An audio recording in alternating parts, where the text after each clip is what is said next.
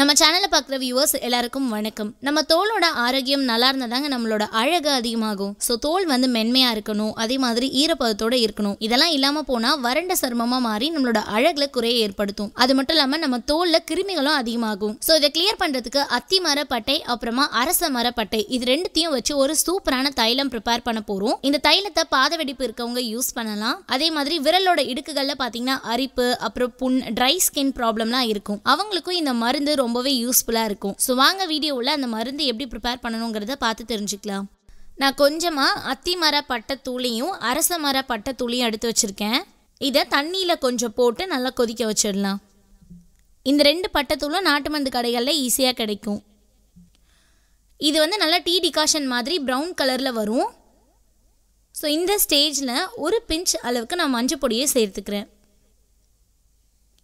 இப்போ அதை வடிகட்டிக்கலாம். அடுத்ததான் இது கூட கொஞ்சமாக விளக்கெண்ணையும் சேர்த்துக்கிறேன். ஊற்றியாச்சு. இப்போ இதை சூடு பண்ணிக்கலாம். இதில் இருக்கிற ஈரப்பதம் போகிற வரைக்கும் சிம்லேயே வச்சு சூடு பண்ணுங்க. தைலம் ரெடி ஆகிடுச்சு அப்படிங்கிறத நீங்கள் எப்படி கண்டுபிடிக்கலான்னா, அதில் இருக்க எண்ணெய் வந்து நல்லா பொங்கிட்டு இருக்கும். ரெடியானதும் நல்லா கிளியர் ஆகிடும். அதாவது பொங்குறது வந்து நல்லா ஸ்டாப் ஆகிடும். அந்த ஸ்டேஜில் நீங்கள் வந்து ஸ்டவ்வை ஆஃப் பண்ணிவிடுங்க.